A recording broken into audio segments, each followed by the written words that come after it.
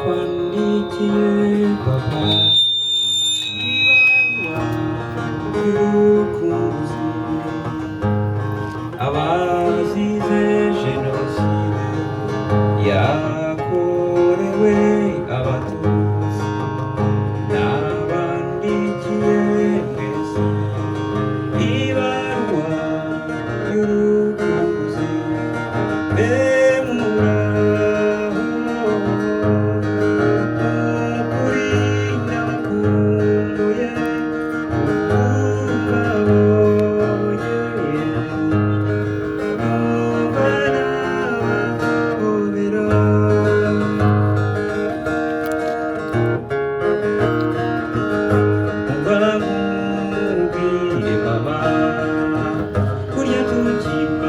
gutandukana imana yacu ishimwe yahise gushingura ndabarokoka abamigaga bose bahise bajya kugama nanjye ndakomeza naje guhura n'inkotanyi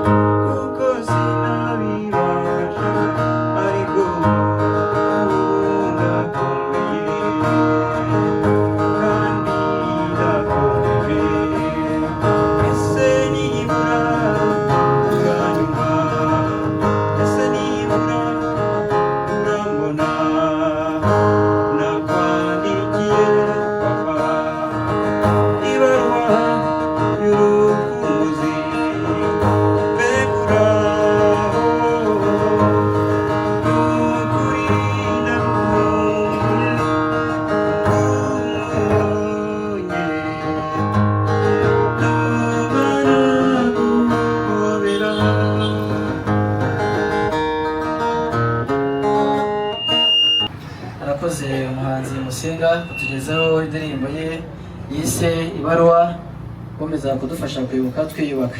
Uyu mwanya rero tugeze umwanya mwiza tugiye kwakira ikiganiro kijyanye n'amateka ya jenoside yakorewe abatutsi. Dusaba Sheikh Mohamed ko yakegera imbere akatugezaho ikiganiro.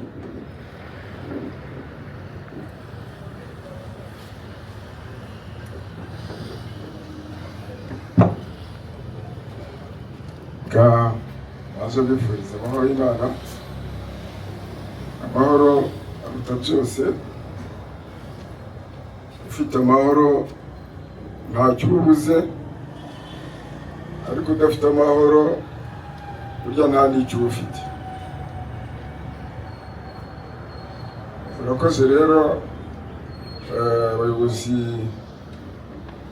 b'umuryango bakora nampaye aka kanya ko gutanga iki kiganiro kijyanye n'amateka ya Jenoside yakorewe Abatutsi. Yewe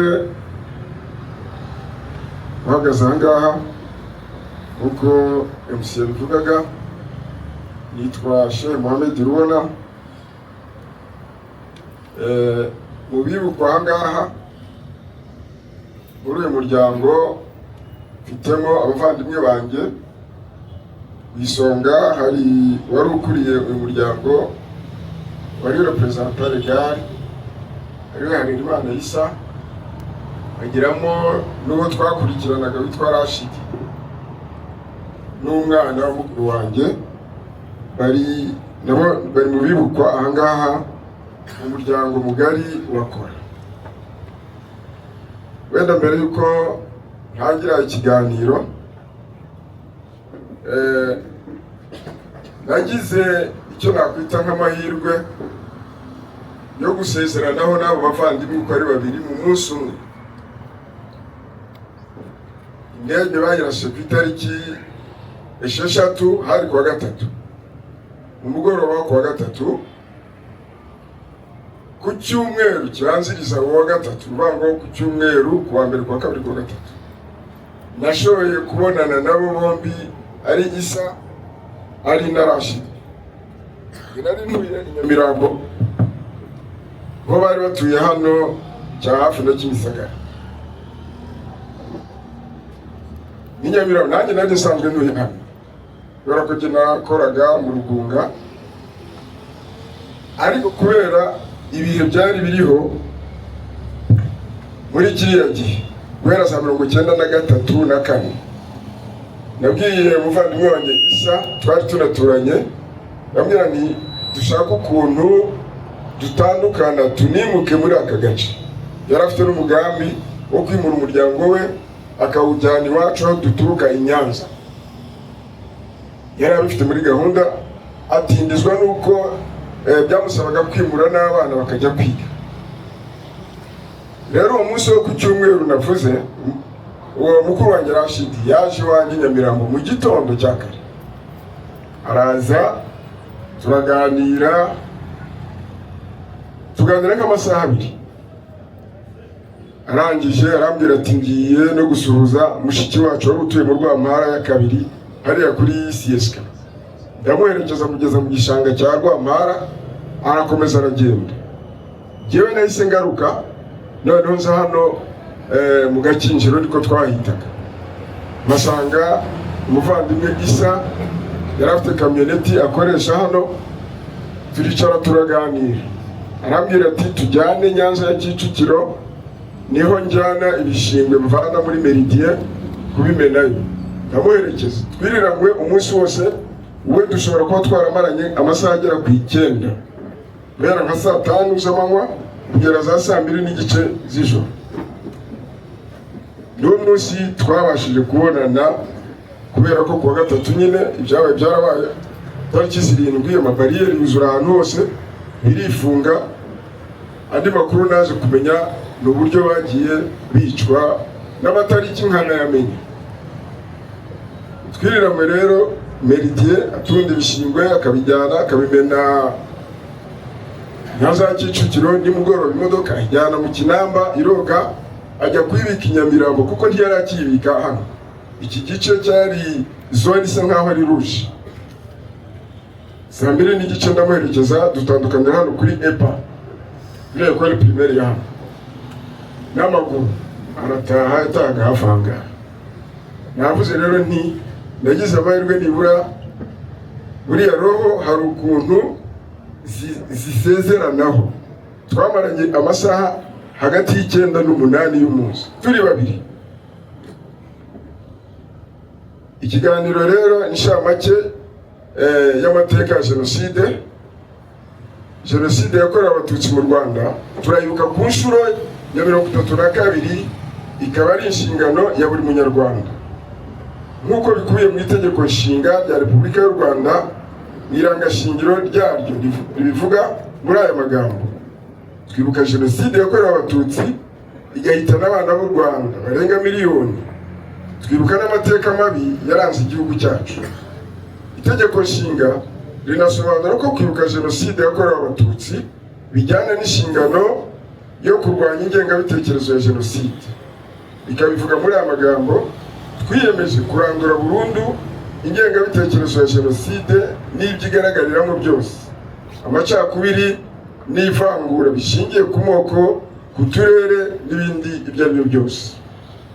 Ingingo ya 10 y'itegeko nshinga ivuga amahame remezo 6 leta y'u Rwanda yiyemeje kugenderaho, nayo ishimangira amahitamo y'abanyarwanda yo kurandura burundu ivangura n'amacakubiri bishingiye ku bwoko, akarere n'ibindi, no gushyira imbere ubumwe bw'abanyarwanda. Imizi y'ingengabitekerezo ya jenoside yakorewe abatutsi yatangijwe n'abakoloni bashenye ubumwe bw'abanyarwanda. Jenoside yakorewe abatutsi mu Rwanda nibwo bwicanyi ndengakamere u Rwanda rwagize mu mateka yarwo. Yaje ikurikira ubundi bwicanyi nanone bwibasiye abatutsi guhera mu mwaka w'1959 bigizwemo uruhare n'ubukoloni bw'Ababiligi n'ubutegetsi bwakurikiyeho bwari mu mashyaka ya politiki ya Prosoma, Parmehutu, MRND, CDR n'andi menshi yubakiye ku irondabwoko bitaga Hutu Power. Amategeko mpuzamahanga ibihugu bigenderaho ndetse n'amategeko y'u Rwanda asobanura ko jenoside ari icyaha gituruka ku mugambi wo kwica itsinda ry'abantu bose cyangwa igice cyabo, basizwa kimwe muri ibi bikurikira: basizwa ubwoko, ubwenegihugu, ibara ry'uruhu cyangwa idini. Umugambi wo kurimbura abatutsi n'ibikorwa byakurikiyeho byo kubica hose mu gihugu guhera ku itariki ya 7 Mata 1994 ntabwo byaje bihubutse cyangwa bitewe n'ihanuka ry'indege yari itwaye Perezida Habyarimana nk'uko abakwiza ibinyoma babibeshya. Nta jenoside ishobora kuba impanuka cyangwa gukorwa itateguwe. Ni nako byagenze kuri jenoside yakorewe abatutsi mu Rwanda. Ingengabitekerezo yo kurimbura abatutsi muri 1994 yaturutse ku irondabwoko byamaze imyaka irenga 30 ryigishwa mu Rwanda. Iyi ngengabitekerezo yavugaga ko igihugu ari icy'abahutu, ikita abatutsi ko ari abanzi, abanyamahanga, bagashakabuhake n'ibindi. Kurimbura abatutsi muri 1994 byasozaga iyigishwa ry'iyo ngengabitekerezo y'irondabwoko yubahirizaga politiki ya gatanya yatangijwe n'abakoloni bayigisha abanyarwanda, cyane cyane abize, havamo abayiyoboka nabo bayigisha abaturage.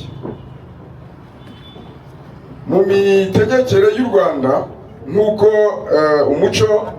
umuco nyarwanda wari uteye, umuyobozi w'ikirenga yari umwami w'u Rwanda, agafatwa nk'umubyeyi w'igihugu warangwaga no kubumbatira ubumwe bw'abanyarwanda ku buryo butashegasega.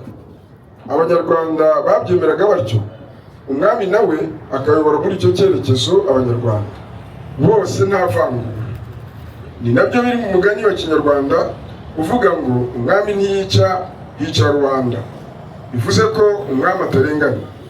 Iryo pfundo ry'ubumwe bwagaragariraga mu miterere y'ubuyobozi bw'u Rwanda ryashyizwe n'abakoloni n'abamisiyoneri kugira ngo babone ububasha bwo kwigarurira abanyarwanda, kubategeka no kubahindura mu myemerere gakondo ngo bafate iy'abazungu.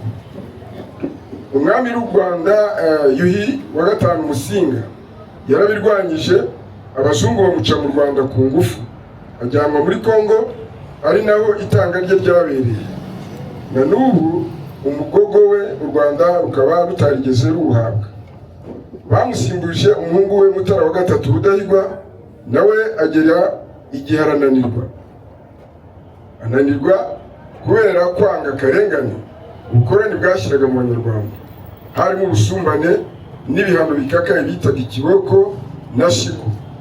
afatanya n'inama nkuru y'igihugu twagereranya nk'inteko ishinga amategeko y'iki gihe, ndetse n'ishyirahamwe ryahuzaga benshi mu bakozi b'abanyarwanda ryitwaga UNAR. Barabirwanya basaba ubwigenge bw'igihugu. Leta kugira ngo irwane n'abo bantu yafashe icyemezo cyo kubarwanya, ariko ikanica n'abatutsi basigaye mu Rwanda. Urumva ko politike ya Parmehutu n'iya MRND birasa. Na FPR ubwo yatangizaga urugamba rwo kubohora igihugu nyuma y'uko ibibazo byari byarananiranye mu biganiro, nabo bateswaga kurwana n'inkotanyi ziri ku murindi, ariho zikorera babizi, bakaza bakirara mu baturage aho batuye, za Bugesera, za Hehe, babica.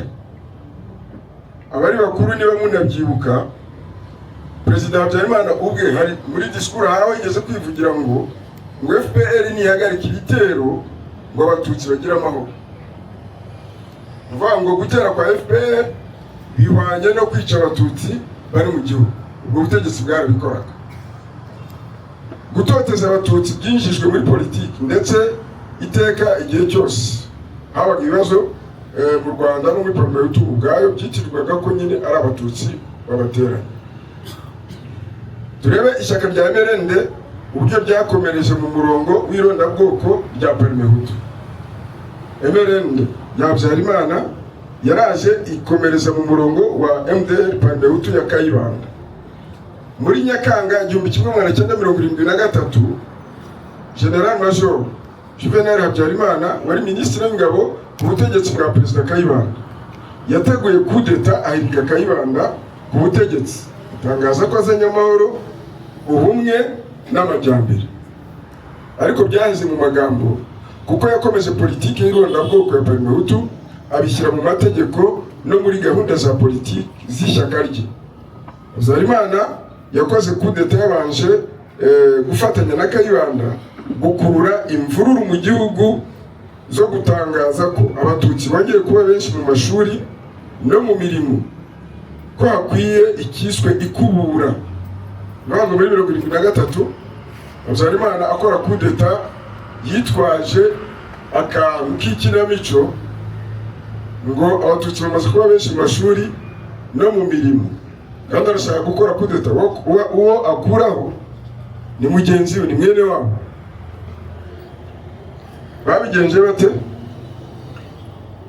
Atangaza ko azanye amahoro n'ubumwe n'amajyambere, ariko byaheze mu magambo, kuko yakomeje politiki y'irondabwoko ya Parmehutu abishyira mu mategeko no muri gahunda za politiki z'ishyaka rye.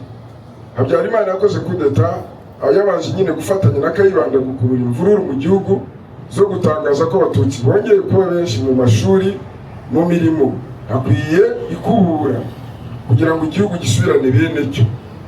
Mu bigo byose by'amashuri hashinzwe amatsinda y'abanyeshuri n'abakozi b'abahutu, bagakorana n'inzego za leta, iza gisirikare na polisi muri buri prefegitura, bagatoranya abanyeshuri n'abakozi b'abatutsi, bakamanika urutonde rwabo, bagategekwa bidatinze kwibwiriza bakava mu mashuri no mu kazi. Batabikora bagakubitwa, bagafungwa, birimo no kwicwa. Hamwe na hamwe mu baturage abatutsi barongeye baricwa, cyane cyane mu cyahoze ari prefegitura Gitarama. Uwari ku isonga mu kuyobora ubwo bwicanyi yari General Major Habyarimana Venal. Iri kinamico nanjye ndaryibuka muri 1973, nari mutoya niga muri primaire i Nyanza. Nyanza, bazi Nyanza hari amashuri y'Urugunge, Collège Christ Roi, ama-école primaire, byashishikarizaga abahutu kwanga no kwica abatutsi. Muri ibyo harimo igitangazamakuru Rutwitsi, Kangura na Radio RTLM n'ibindi. Nk'ikinyamakuru Kangura cyasohoye inyandiko yiswe amategeko 10 y'abahutu mu Kuboza 1990, yahamagariraga abahutu kwitandukanya no kwirinda abatutsi muri byose. Mu rwego rwo gushimangira ingengabitekerezo ya jenoside mu ngabo z'igihugu FAR, muri Nzeri 1992, ubuyobozi bukuru bwazo bwatangaje inyandiko yasobanuraga ko umwanzi w'igihugu ari umututsi w'imbere mu gihugu n'uwo hanze yacyo. Tekereza, ubuyobozi bwa gisirikare butangaza ko umwanzi w'igihugu ari umututsi uri imbere mu gihugu n'uri hanze y'igihugu. Abo ni abaturage, abo basirikare izo ngabo zagakwiye kuba zirinda, ariko zinatangira zibateza abandi baturage ko ari abanzi b'igihugu. Ndetse n'undi wese ushyigikiye FPR Inkotanyi, hashingiwe kuri iyo nyandiko hatanzwe amabwiriza ko abasirikare ba FAR ni Forces Armées Rwandaises, icyo gihe bagombaga gufatanya n'abahutu b'intagondwa bakarwanya umututsi n'undi wese ubangamiye ubutegetsi bwa Perezida Habyarimana. Leta ya Perezida Habyarimana yashyizeho imitwe yitwara gisirikare yiganjemo urubyiruko, ibaha intwaro abagize iyo mitwe hagamijwe gutsemba abatutsi. Mu mitwe yamenyekanye twavuga nk'interahamwe za MRND, impuzamigambi za CDR, amahindure, turi hose n'indi. Yatozwaga n'abasirikare ba leta,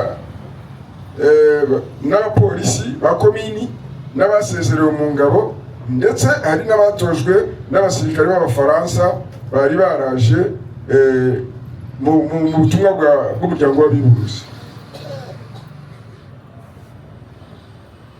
Ubwicanyi bwakorerwaga abatutsi kuva muri 1990 kugeza 1994 bwakorwaga imiryango mpuzamahanga ibizi, nk'uko raporo z'imiryango zahamyaga ko ubutegetsi bwa Perezida Habyarimana bwari bufite umugambi wateguwe wo kwica abatutsi mu gihugu hose. Umuryango mpuzamahanga wari ufite amakuru, ari guhitamo kutagira icyo ukora kugira ngo uburizemo umugambi wa jenoside. Ishyirwa mu bikorwa rya jenoside yakorewe abatutsi. Jenoside yakorewe abatutsi yarateguwe, ntabwo ari impanuka, ibintu byateguwe kuva kera. Ishyirwa mu bikorwa n'intagondwa z'abahutu zacuze umugambi w'ihanurwa ry'indege ya Perezida Juvenal Habyarimana ku mugoroba wo ku itariki 6 Mata 1994, nk'uko byagaragajwe na raporo zitandukanye. Ku itariki ya 8 Mata 1994 hashyizweho guverinoma y'isi y'abatabazi. Dr. Theodore Sindikubwabo aba Perezida wa Repubulika, Yohani Kambanda aba Minisitiri w'Intebe. Iyo guverinoma yari ifite gahunda imwe, gutanga umurongo w'uko jenoside igomba gukorwa mu gihugu hose, gutanga intwaro, gukangurira abaturage gukora jenoside no guhimba ibinyoma byo gukinga mu maso umuryango mpuzamahanga ku byaberaga mu Rwanda. Jenoside yakorewe abatutsi yashyizwe mu bikorwa umuryango w'abibumbye ufite ingabo mu Rwanda, ariko ntiwatabara ngo ukize abicwaga. Tariki ya 11 Mata 1994, nyuma yaho ingabo z'Ababiligi bari mu butumwa bw'uyu muryango zizinze ibyazo zigataha, abatutsi bari babahungiyeho mu kigo cy'amashuri cya Eto Kicukiro batewe n'abasirikare ba leta FAR n'interahamwe, barabashorera babajyana kubikira i Nyanza ya Kicukiro. Si ibyo gusa, kuko umuryango w'abibumbye mu gutererana u Rwanda wafashe icyemezo cyo kugabanya umubare w'abasirikare bari baroherejwe mu Rwanda minuar, hasigara mbarwa batari bashoboye kugira icyo bakora, maze abatutsi bicwa barebera. Ubwo jenoside yari irimbanyije, Ubufaransa bwohereje ingabo zabwo mu Rwanda mu butumwa bwiswe Operation Turquoise, bubeshya ko baje gutabara bicwaga, ariko by'ukuri ari ukurwanya FPR Inkotanyi ngo basubize leta y'abicanyi ku nshingano, cyane ko bari bafitanye umubano wihariye na leta ya Perezida Habyarimana. Ukuza kw'ingabo z'Abafaransa kwatumye abatutsi bakomeza kwicwa mu bice byitwaga ko birinzwe nazo, cyane ko zakingiye ikibaba abicanyi ndetse zinabafasha guhungira muri Zaire, Repubulika Iharanira Demokarasi ya Kongo uyu munsi, aho zakomeje kubahera ubufasha mu bikoresho bya gisirikare, na nyuma y'uko jenoside yahagaritswe n'ingabo za FPR Inkotanyi zikabohora n'ibi bice byarimo Abafaransa. Jenoside yahitanye abatutsi barenga miliyoni ihagarikwa muri Nyakanga 1994 n'ingabo zahoze ari za FPR Inkotanyi zari ziyobowe na nyakubahwa Perezida wa Repubulika Paul Kagame. Itindwa ry'abajenosideri nuko bakomeje ingengabitekerezo ya jenoside kugeza ubu guverinoma y'isi y'abatabazi imaze gutsindirwa hamwe n'abasirikare bayo ba FARC n'interahamwe bahungiye mu gihugu cya Zaire ariyo Repubulika Iharanira Demokarasi ya Kongo, bahungana intwaro bari bafite, bakirwa na leta ya Kongo ibatuza mu nkambi zitandukanye hafi y'umupaka uyihuza n'u Rwanda. Aba bajenosideri barisuganyije bakomeza umugambi wabo wo kurangiza jenoside, babanje gutera u Rwanda no kugaruka ku butegetsi. Abanyarwanda bibuka intambara yiswe iy'abacengezi yashozwaga n'umutwe wiswe Alir. Uyu niwo wahinduriwe izina mu mwaka w'2000 witwa FDLR, waranzwe no kugaba ibitero ku Rwanda mu bihe bitandukanye no guteza umutekano muke mu burasirazuba bwa Kongo, aho ukorera kugeza magingo aya, uhabwa ubufasha n'ingabo za Repubulika Iharanira Demokarasi ya Kongo. Ingengabitekerezo y'amacakubiri n'ivangura yigishijwe n'umutwe wa FDLR n'abawushyigikiye yashinze imizi. Abanyekongo bigishwa kwanga no kugirira nabi bagenzi babo bavuga ikinyarwanda, by'umwihariko abo mu bwoko bw'abatutsi n'abanyamulenge. Imvugo mu mbwirwaruhamwe za bamwe mu bayobozi mu nzego nkuru z'ubutegetsi bwa Kongo zagiye zumvikana mu bihe bitandukanye zishimangira ingengabitekerezo yibasira abatutsi ndetse zigakurikirwa n'ubwicanyi bubakorerwa, nk'uko byagiye bigaragazwa na za raporo zitandukanye z'umuryango w'abibumbye. Umutwe wa FDLR uterwa inkunga na leta ya Repubulika Iharanira Demokarasi ya Kongo, ku buryo abarwanyi bawo bavanzwe mu ngabo z'iki gihugu no mu mitwe ifatanya n'ingabo zacyo mu bikorwa by'ubwicanyi bukorerwa abanyekongo bavuga ikinyarwanda bo mu bwoko bw'abatutsi. Umuganura ushimangira gukorera hamwe no kudaheza n'ibindi bibanisha abanyarwanda bagasabana.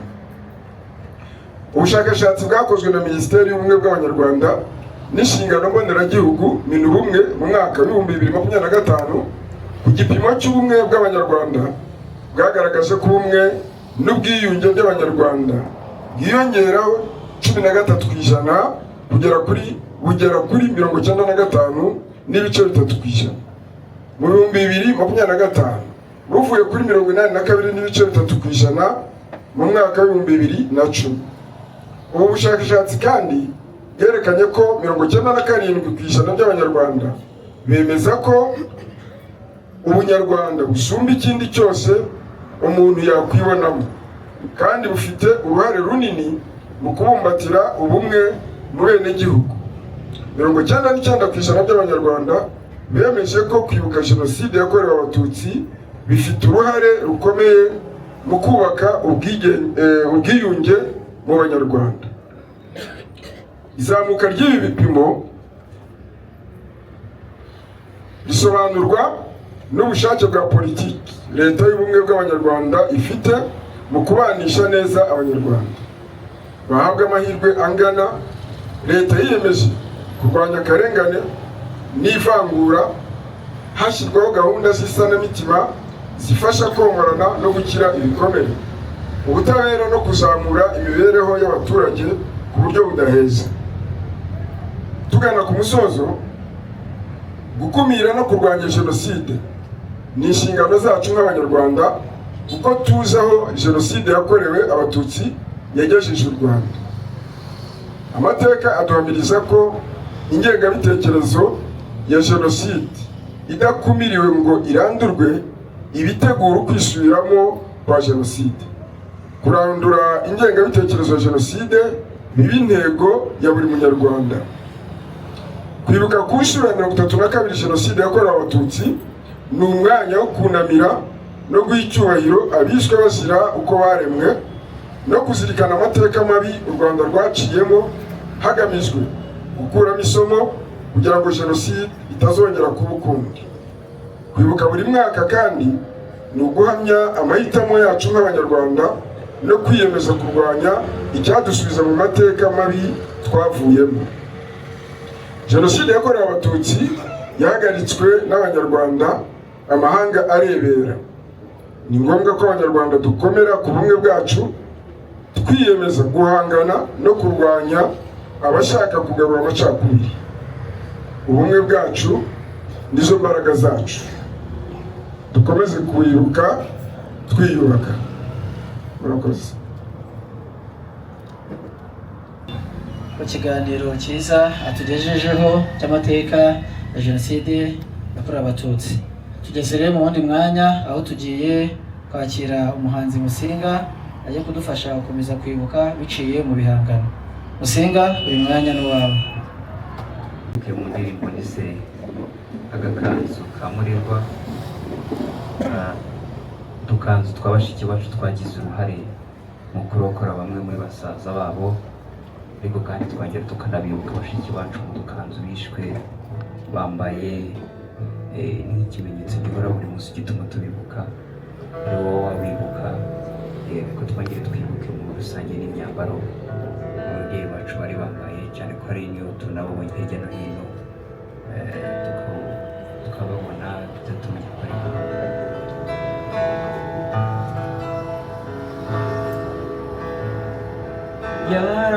yarakanyambitse ndaseka kuko ntari nzizi cyakora karakamurerwa Fiona bakamuguriye kuri Noheli, bambitse akandi Muvunyi maze arabyanga barakuze, bamwishe ubwo turenze urugo, ariko jyewe ndakomeza. Wari uzi ibyo ukora kukanyambika, byatumye mbaho. Warakoze cyane, mwari muzi ibyo ukora kututwambika, byatumye tubaho. Mwarakoze cyane, nyemerera mvuge ko agakanzu wanyambitse gatumye navuga, none niho bariyeri zose nanyuzeho mu nda, barandeba bagaseka bakagira ngo ndagakobwa, maze ndagenda kubera kagakanzu kamwe wanyambitse, kagakanzu k'amabara,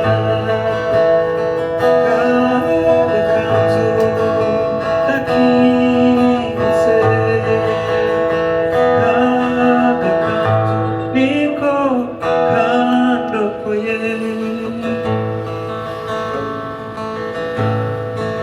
kari kagizwe n'amabara yiganjemo icyatsi kibisi, dutandukanye narakomeje nyura munsi ya cya kibuga, nahuye n'abagabo bane bananiwe cyane bikaze, njya kubihisha ntibyemera kuko bari babonye kare,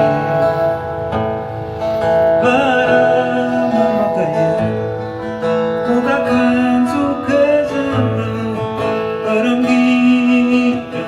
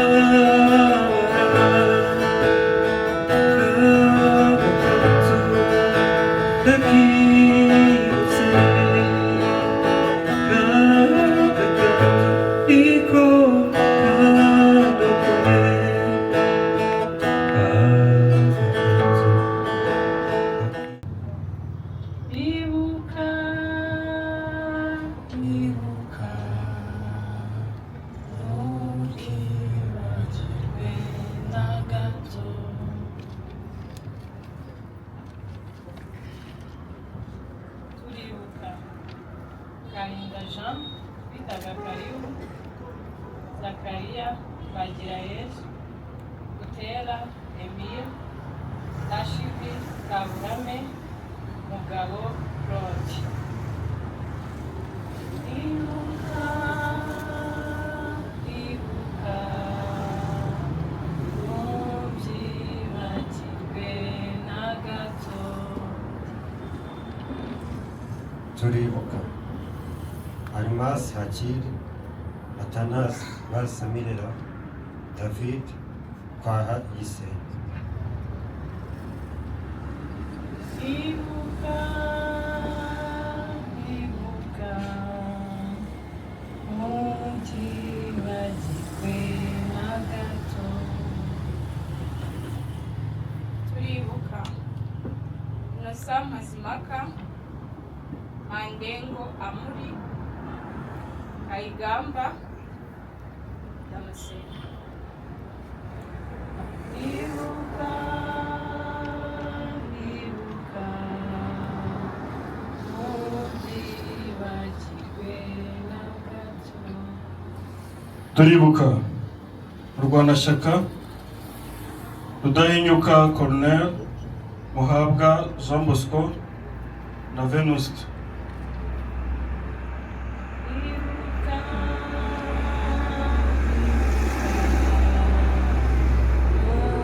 ntukibagirwe na gato. Turibuka Kanyoni, Gasiga John. Ibuka, ibuka, ntukibagirwe na gato. Turibuka Ntabonze Emmanuel, Murenzi Paul, Ngarukiye Anastase.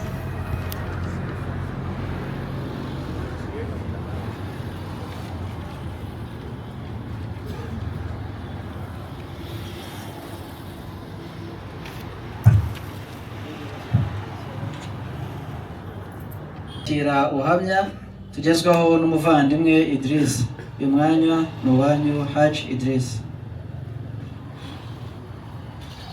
Banyakubahwa namwe bavandimwe mwaje kudufasha kwibuka abavandimwe bacu, nagira ngo mbanyurire muri make inzira y'umusaraba twanyuze, ko sinavuga ko ari jye wenyuze jyenyine, twanyuze turi benshi, nuko wenda ari jye waje kugira muri make bagize amahirwe bakayirangiza.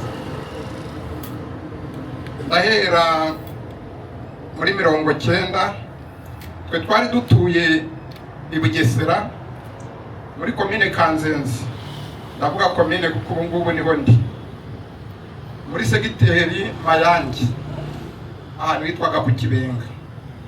Ako gasozi kacu kari gatuwe n'Abatutsi igice kimwe, igice cyo hakurya i Mayange hari hatuye uruhande rumwe rw'Cyohoha, rwari ruteyemo abantu b'Abakiga bitwaga Abahutu.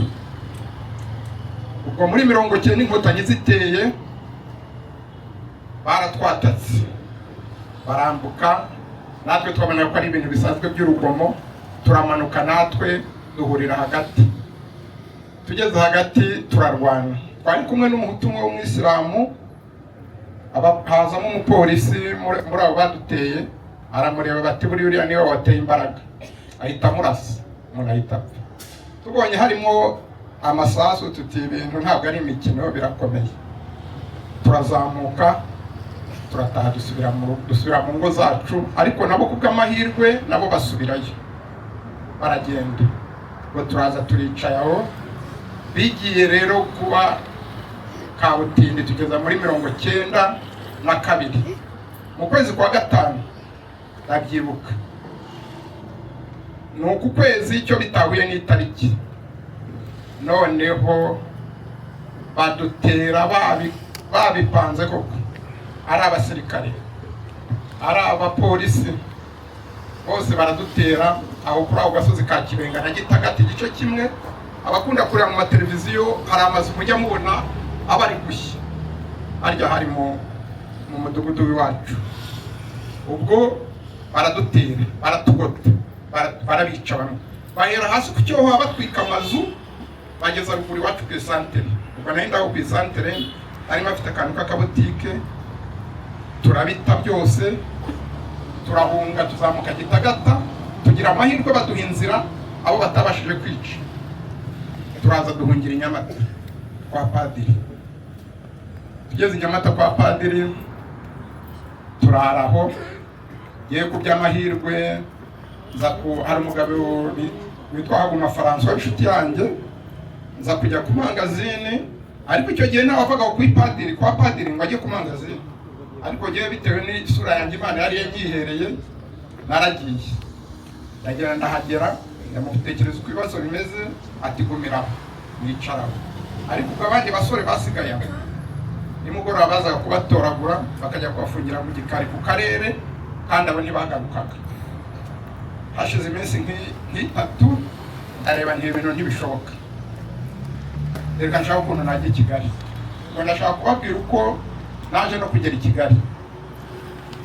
Nibaza ntizahagera, n'icyo gihe twagombaga resepasi yo kwambika kuri Nyabarongo.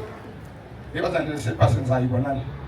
Hakaba hari umuhungu yari visi meya ku karere twakuranye, twari duturanye, umugabo witwaga Nyungura. Hari na mushiki wari uri hano mu cya hafi, nashaka nawe bizamugereho. Uwa Regisi yari assistant. Nibaza ntari kuri ya muntu uko twakuranye, yajyaga yigaga muri groupe Butare, yajya kugenda akansezera, yanagaruka akaza kansuhuza. Koge nageragezwa nari mfite akabotike. Ruriya muntu ngiye kuri barakoze baje Idrissa ubuhamya bw'inzira nzitane atugejejeho yaciyemo mu gihe cya Jenoside yakorewe Abatutsi mu 1994. Twamubwira ngo imore umurano uri wenyine, ahari umwijima haje umucyo. Dufite igihugu, dufite ubuyobozi bwiza burangajwe imbere na Perezida wa Repubulika y'u Rwanda Paul Kagame. Komeza utwaze igitwari. Yakwa mushyitsi mukuru, twemerere muri uyu mwanya twongere twakire umuhanzi Musinga aze atugezeho indirimbo ikomeza kudufasha kwibuka twiyubaka. Musinga, uyu mwanya ni uwawe.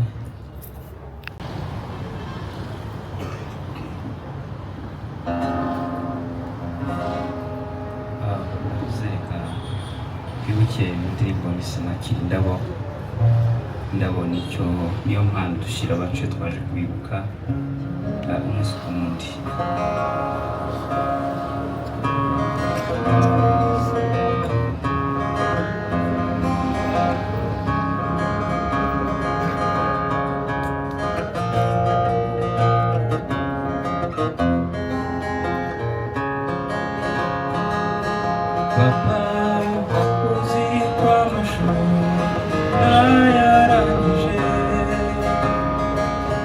ndetse unakazi nakundaga mfite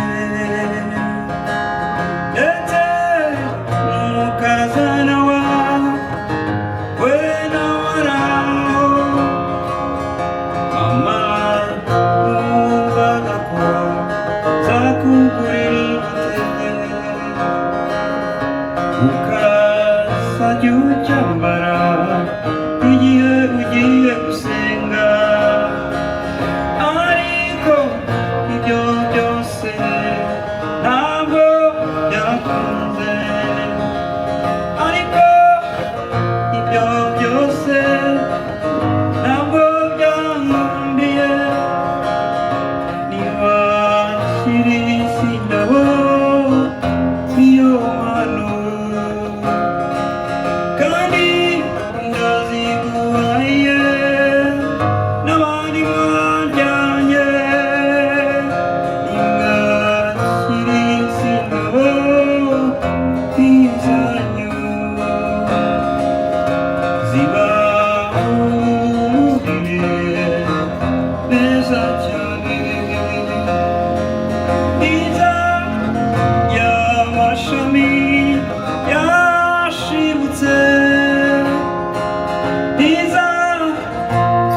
abuzukuru bavutse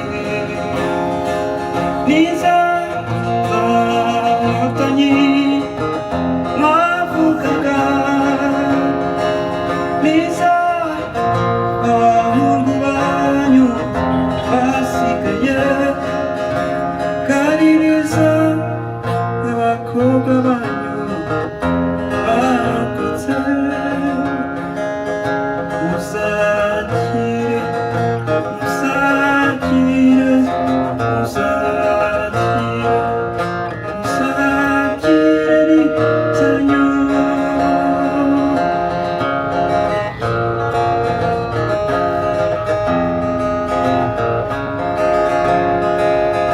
narifite kubakizwa uzabamo narifite kubatetesha mu masaziro ariko ibyankuriye ese ubundi papa waneganyirizaga iki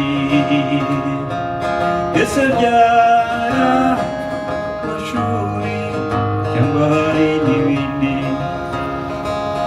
ese wari uzi ko sinarongoye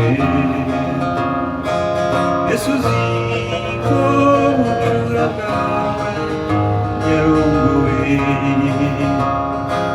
ndetse ubu wabyaye kane niba kirindabo tukuzaniye kandi umva n'iri jambo rimwakiriza indabo n'isanyu zibahurire neza cyane niza y'amashami yashibutse niza abuzukuru bavutse niza za nkotanyi navugaga niza abahungu banyu basigaye kandi niza abakobwa banyu bahagaze musakire musakire musakire musakire ni zanyu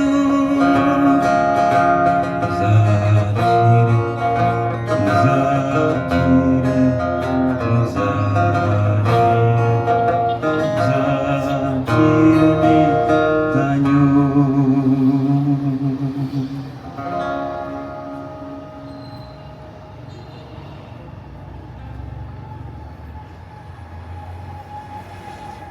dufasha gukomeza kwibuka twiyubaka biciye mu bihangano no kwa mushyitsi mukuru mutwemerere umwanya duhamagare perezida wa ibuka aze atugezeho ijambo yateguriye no kwa perezida wa ibuka uyu mwanya ni uwanyu.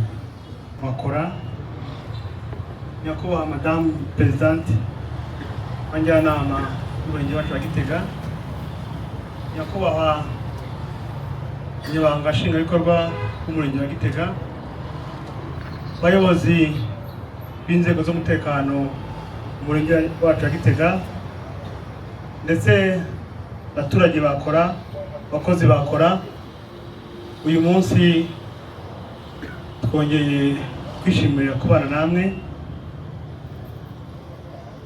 nubwo biba bitoroshye. Ndadagira nshima ubuyobozi bwakora bwateguye kino gikorwa kimaze kuba ngarukamwaka. Ni iby'agaciro rero kuba mubitegura, kuba mutekereza guha agaciro abahoze ari abakozi b'iyi koperative yaba byashobokaga ibigo byose, yaba byashobokaga inzego zose, uyu muhango ukabaho.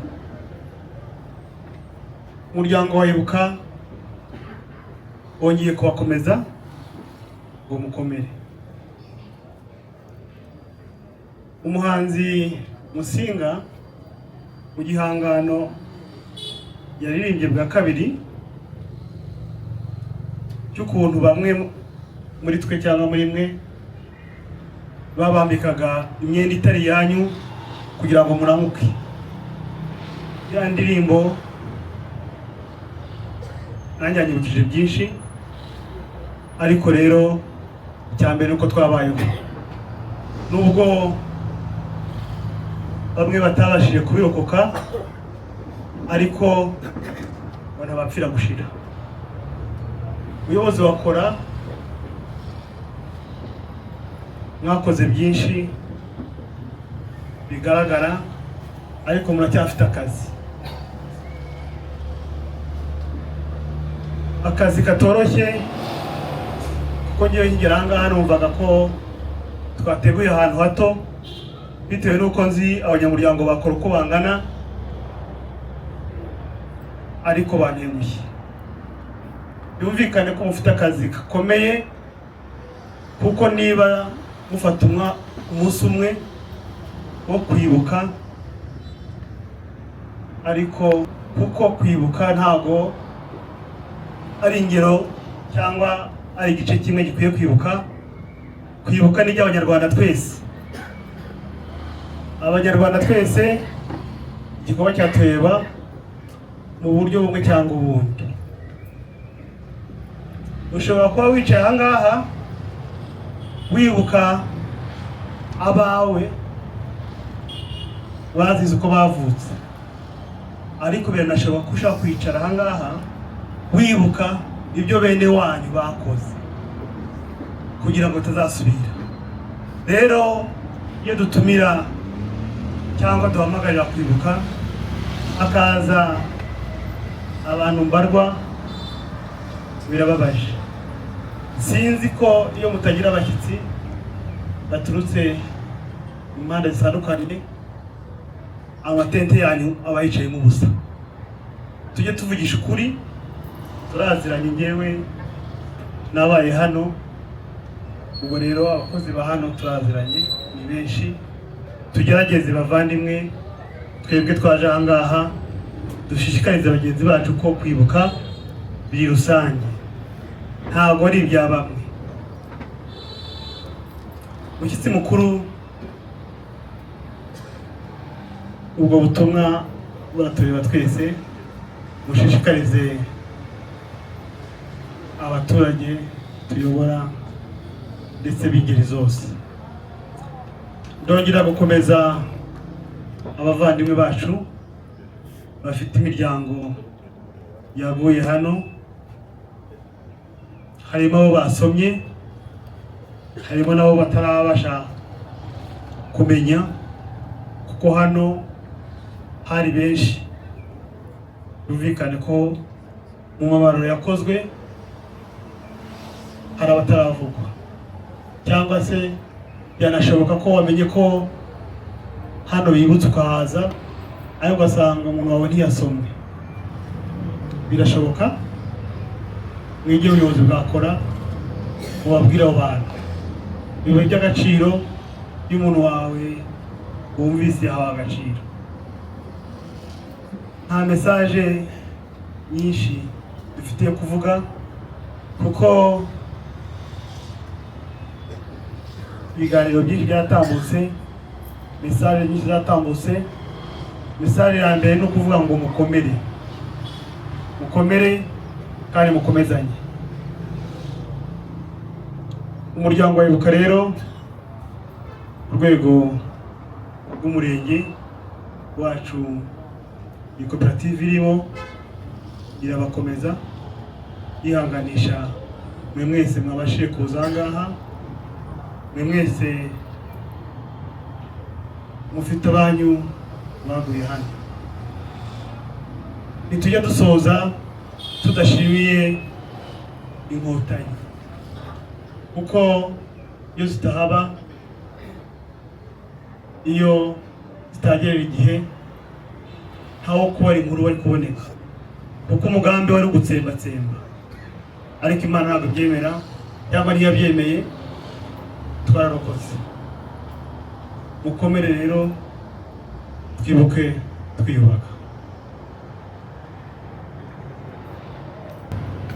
Arakoze Perezida wa Ibuka ubutumwa bwiza atugejejeho bw'umuryango Ibuka umurenge wacu wa Gitega. Tugeze rero mu wundi mwanya mwiza nyakubahwa mushyitsi mukuru ugendanye no kuremera bamwe mu barokotse Jenoside yakorewe Abatutsi byateguwe n'ubuyobozi bwa Kora. Iki gikorwa najya nsabe Perezida cyangwa se umuyobozi wacu wa Kora Omar yegerane imbere atuyuboremo adufashe kuremera abo bantu barokotse Jenoside yakorewe Abatutsi. Bwana Omar, umwanya n'uwanyu.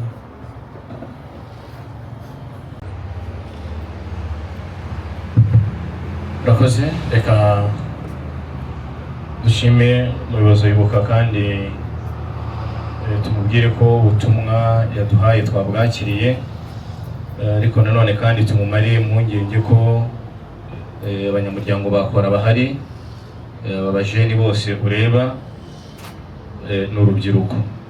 Ushobora kuba abasaza uheruka bamwe bagiye mu zabukuru bari muri pasiyo batakiri mu kuboneka mu kazi ku mpamvu zizwi, barabagiye bimuka bajya gukorera kure, ariko ibyo uvuga birareba abanyamuryango bakora ndetse n'abandi banyamuryango muri rusange, gukomeza gukora ubukangurambaga no kwereka buri munyarwanda wese ko kwibuka ari inshingano ye. Kuri iki gikorwa rero kijyanye no kuremera, umunsi hateguwe imiryango 4, tugiye kubahamagara bigiraho imbere, hanyuma tuze gusaba n'abayobozi bakora bari hafi ko baza bakadufasha muri icyo gikorwa. Pauline igira imbere, Saidi igira imbere, niyo hazi intebe y'imbere bane wenda, Pauline aze, Saida aze, Manuel aze na Ildefonse.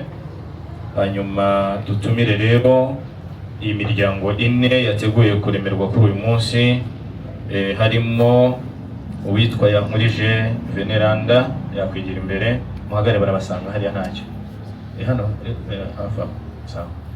Veneranda yakwigira imbere, Yankurije, hanyuma akigira imbere uwitwa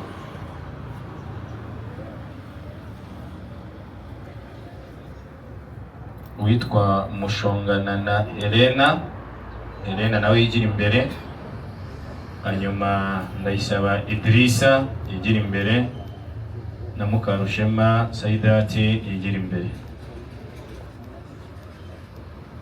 Imiryango rero 4 ngo byose twabifatikanyije n'ubuyobozi bwa Ibuka mu kagari, baduha imiryango 2, hanyuma ubuyobozi bwa Kora nabwo buricara butoranya 2 mu banyamuryango bacu, ndetse n'uwahoze ari representa by'umwihariko ubwo Saidati ko ntamubona yaje, Saidati nawe yigire imbere. Rero niyo miryango yatoranyijwe, ariko icyo twabwira n'abandi bagenzi bacu wenda badakorewe iki gikorwa kuri uyu munsi, ariko ntabwo ntekereza ko Kora iki gikorwa cyo kuremera ntabwo ari igikorwa dukora kuri uyu munsi gusa, ahubwo ni igikorwa navuga yuko uburyo bw'ubufatanye bwo kubana n'aba bavandimwe n'aba bagenzi bacu bagizweho ingaruka na Jenoside yakorewe Abatutsi, navuga ngo bikorwa umunsi ku wundi, ntabwo ari igikorwa cy'umunsi umwe, ni igikorwa duhora tubazirikanamo mu bushobozi, nta nubwo tukivuga ngo buke bw'umuryango, ahubwo mu bushobozi bw'umuryango. Mbere twara tuvuga buke, ariko ntabwo tukibyongera, ahubwo hari impamvu ituma tutakibyongeraho. Mu bushobozi bw'umuryango ntekereza ko ndetse no ku bufatanye n'inzego yaba akagari yaba umurenge,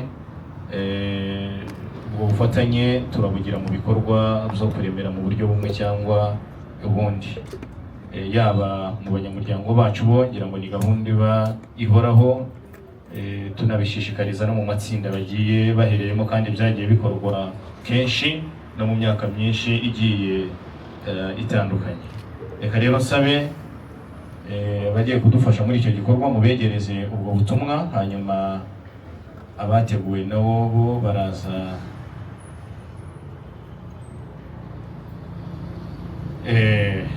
reka dusabe Pauline yigira imbere, hanyuma Pauline yigira imbere, hanyuma dusabe umusaza Idrissa yigira imbere.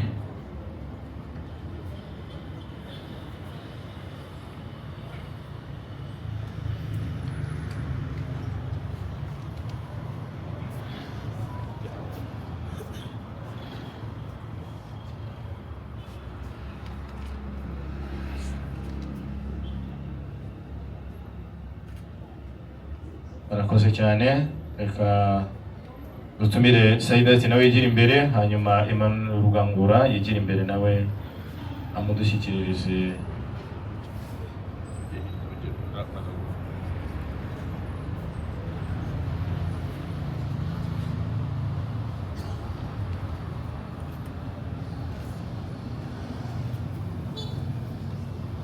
Yamurije Veneranda yigira imbere, hanyuma Ildefonse yigira imbere nawe amudushyikiririze ubwo butumwa.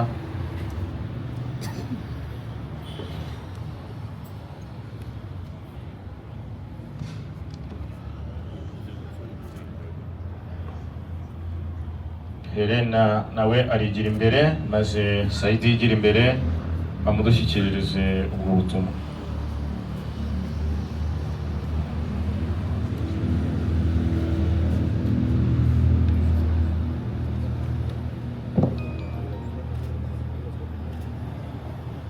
Pauline yifuje ko batagenda bose abashyikirijwe bigire imbere.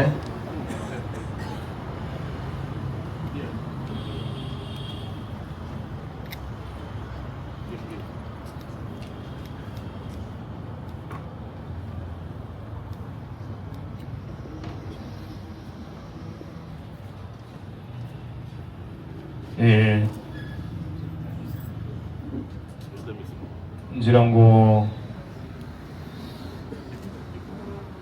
turimo turagana ku musozo, hanyuma aha mubonye ikadire bampaye, mwumva tuvuga Harerimana Issa, ariko ntekereza ko benshi batamuzi. Ni umugabo mwiza cyane w'umujene, dusaba ko Imana yamuha ibyiza aho aryamye, by'umwihariko no kubwa agaciro ke ndetse n'intambwe yateje uyu muryango ukora. Uyu Harerimana Issa niwe wari representant legal, mwumvishe wavuzwe, wagarutsweho n'uwatanze ikiganiro, hanyuma akaba ari ifoto ye rero muzasigaye wenda dufata nayo nk'urwibutso.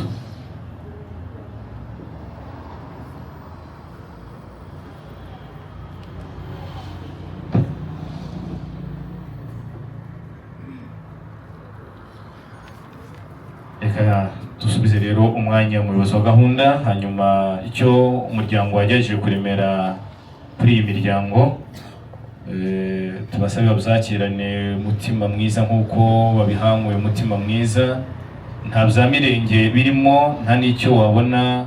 Umuyobozi Omar yabo mu by'ukuri perezida wacu nubwo hatangijwe igikorwa nk'iki cyo kwibuka muri kora, ubundi imbere wasangaga ikigo nk'iki kitaragiraga igikorwa nk'iki cyo kwibuka.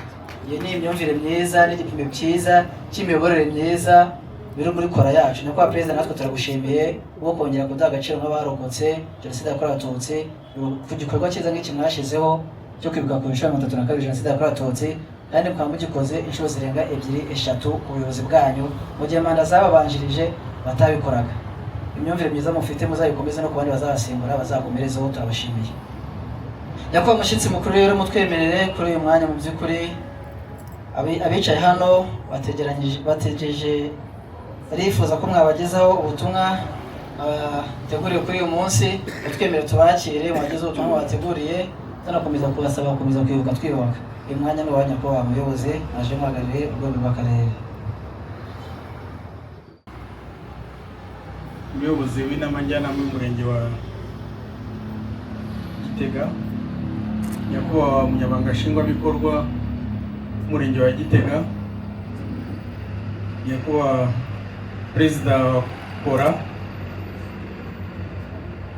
abahagarariye inzego z'umutekano muri hano, abahagarariye abikorera, nyakubahwa perezida wa Ibuka umurenge wa Gitega, abanyamuryango bakora muri hano n'abandi bashyitsi baje bifatanya natwe kwibuka abazize jenoside yakorewe abatutsi, by'umwihariko abanyamuryango bakora. Nagira ngo abwire yuko akarere ka Nyarugenge kabahumuriza, mukomere.